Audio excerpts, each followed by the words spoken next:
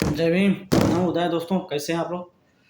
मेरा मानना है कि अभी बीजेपी जो कुछ ना कुछ तो रणनीति बना रही है आपको अपने पाले में करने के लिए, खासतौर से दलितों को। क्योंकि दलितों का जो वोट है ना, वो जब तक नहीं लेगी तब तक बीजेपी नहीं जीतती है।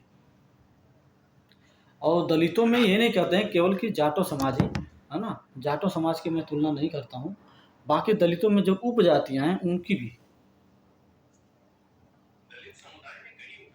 और आपको मालूम है कि जितने अत्याचार बढ़ने के बावजूद भी इस तरह के भ्रष्टाचार हो रहे हैं मौजूदा सरकार में, जहाँ भी बीजेपी है, उसके बाद क्यों जीत रही है बीजेपी।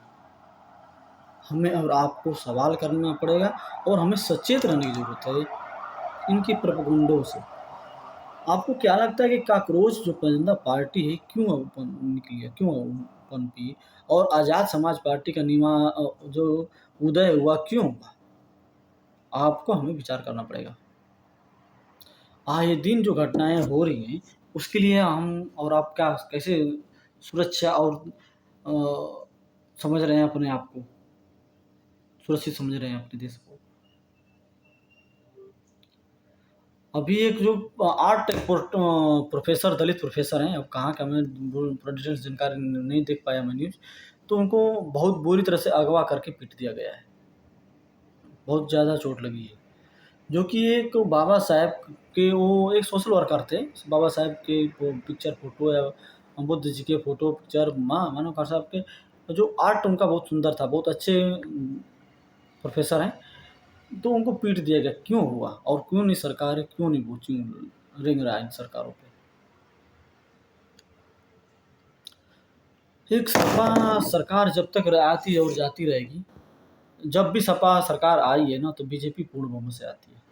तो इसलिए सपा को आप यदि आप चाहते हैं कि आपका शासन, सुशासन, शिक्षा, रोजगार, स्वास्थ्य और अमन चैन, सुकून, शांति और हिंदू मुस्लिम ना हो उत्तर प्रदेश में, तो आपको विचार करना पड़ेगा कि सबसे बेहतर पार्टी कौन है, किसको वोट देने से हम हमारे पास शिक्षा, स्वास्थ्य, रोजगार और विकास जो कि बात करी जाती है वो कौन कौन कर सकता है।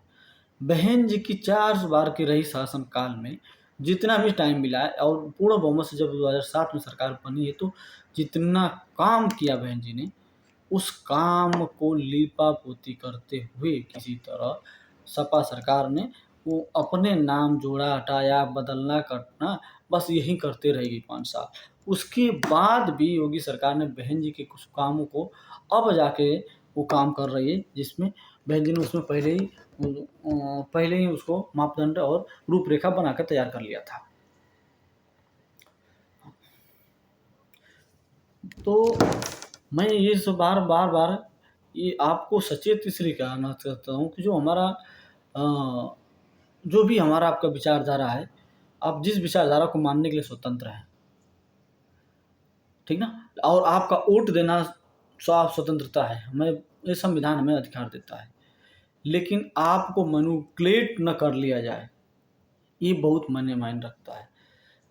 मुसलमानों का वोट, मुस्लिम समाज का पूरा वोट जो है सपा ये डरा के ले लेती है कि बीजेपी जीत जाएगी, और मुसलमानों का डर दिखा कर कि मुझे वोट दो, नहीं तो आपको जो विपक्षी पार्टी आ जाएगी, चाहे कांग्रेस या कोई, तो वो बीजेपी के मुसलमानों का डर दिखा के अपना जो राजनीतिक हिंदू धर्म का, हिंदू मुस्लिम करके वो चुनाव जीतती है।